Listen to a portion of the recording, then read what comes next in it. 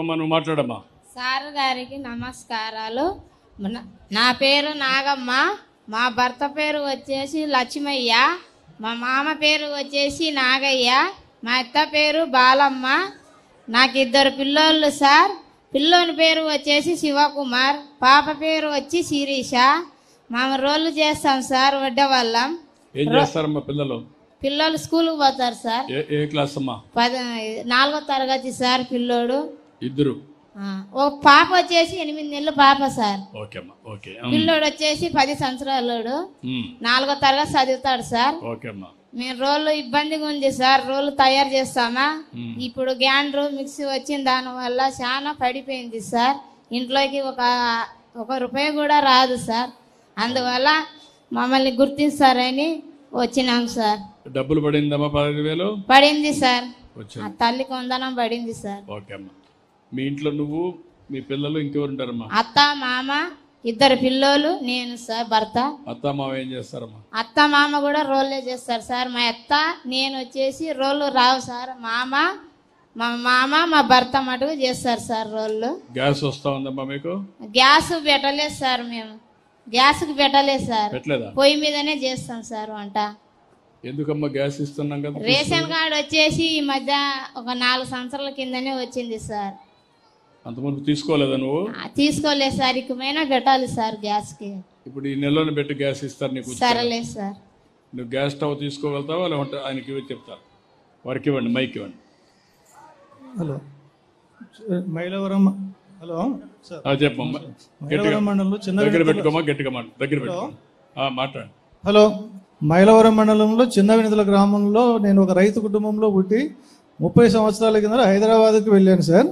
హైదరాబాద్కి వెళ్ళి constructions start చేసుకొని దగ్గర 15 కుటుంబాలను మా రిలేటివ్స్ కానీ దగ్గర వాళ్ళందరూ తీసుకెళ్ళి ఆర్థికంగా చేశాను. అక్కడ ఒక 3 పిల్లలను కంటిన్యూగా 8 సంవత్సరాలు చదివిస్తున్నాను సార్. ఇప్పుడు నాగరత్నం కావాల్సిన వాళ్ళ పిల్లల ఎడ్యుకేషను, విద్య, హెల్త్, వాళ్ళ భర్తకు ఆటో కావాలని అడిగారు. అవి కూడా నేను ఇప్పించేందుకు ఉన్నాను సార్. అలాగే నేను 10 కుటుంబాలు కూడా నాకు ఎవరైనా అపాయింట్ చేస్తే నేను వాళ్ళకు ఏం కావాలన్నా సపోర్ట్ చేస్తాను సార్. మీరందరూ కూడా సార్తో మేము మాట్లాడుకొని ఒకప్పుడు నేను ఒక విజన్ పెట్టుకొని పనిచేసాను సార్. మనోహర్ రెడ్డి గారు గాని మీరు గాని అందరూ పైకి వచ్చారు. మీరు నేను కలిసి మళ్ళీ ప్రజలకు మన ఏరియాలో చేయాలని నాకు ఒక సంకల్పంతో ముందుకు వచ్చాను సార్. తప్పకుండా మీరు కలెక్టర్ గారు టచ్ లో ఉంటారు. మీరు చేయండి. ఈ కుటుంబానికి మాత్రం గ్యాస్ కూడా తీసుకోలేకపోయారు. తప్పకుండా చేస్తాం, తప్పకుండా చేస్తాం వాళ్ళకి కావాల్సినటువంటి.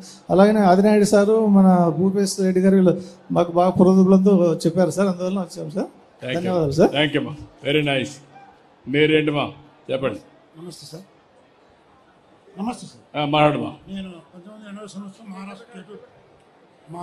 దగ్గర పెట్టుకో మహారాష్ట్ర స్టేట్ బాంబేలో నిలబడి ఉన్నాను సార్. నాది మైలవరం మండలం దన్నవాడ గ్రామం సార్ మాది. హలో. మా అన్నగారు నాకు సూచించిన మైక్ పెట్టుకోండి. అన్నగారు మా ఎమ్మెల్యే గారు సూచించినారు, మీరు బొంబాయి 30వ తారీఖు నేను బాంబేకి వెళ్ళిపోతుంటే అన్నండి P4 కార్యక్రమం అనేది గోవిందు మీరు పోవాకండి అన్నారు సార్. వెంటనే సీఎం గారు వస్తున్నారు అంటే నేను క్యాన్సిల్ చేసుకొని వెంటనే నేను ఈ ప్రోగ్రాంకి అటెండ్ అవుతానన్నా. మీరు ఏ మార్గదర్శనం ఇస్తే దానికి ఒపీనియన్గా అన్ని కార్యక్రమం చేస్తాను. నేను కూడా చిన్న కుటుంబంలో పుట్టి మహారాష్ట్రకు సెటిల్ అయినాను సార్.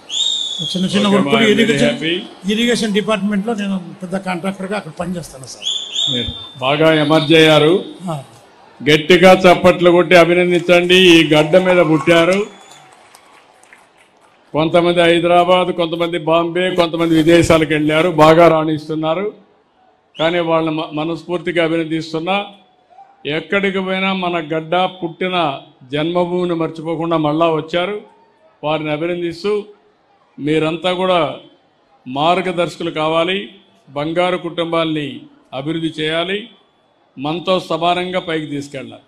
నమ్మకమే కదా? Thank you. ఇప్పుడు మీరు చూశారు, ఒక పక్క బంగారు కుటుంబాలు చూశారు, ఒక పాప సంకల్పం దీవెన. ఆ అమ్మాయి సంకల్పం ఎస్ఐ కావాలి. తండ్రిని చూస్తే పెయింటర్, ఇబ్బందులు చాలా ఉన్నాయి. తల్లిని చూస్తే ఆవిడికి వినపడదు. అలాంటి సమస్యలుంటే ఈ సంకల్పం నెరవేరుతుందా లేదా అని ఆలోచించినప్పుడు ఇప్పుడు మనోహర్ రెడ్డి గారు ముందుకొచ్చి తప్పకుండా సహకరించే బాధ్యత నాదని మార్గదర్శిగా ముందుకొచ్చారు. వారిని అభినందిస్తున్నా. ఇప్పుడు దీవెన బాధ్యత డెఫినెట్గా ఒక రోజున ఆవిడ ఎస్ఐ మళ్ళా నా దగ్గర పనిచేయాలని నేను కోరుకుంటున్నా. సీఎం ఆఫీసులో పనిచేయాలి. అలాంటి సంకల్పంతో దృఢమైన నిశ్చయంతో ముందుకు పోవాల్సిన అవసరం ఉంది. ఇంకొక ఆడబిడ్డను చూశారు. ఇద్దరు అత్తామామ ఉన్నారు, భర్త ఉన్నాడు, అనేక సమస్యలున్నాయి. గ్యాస్ కూడా తీసుకోలేకపోయారు.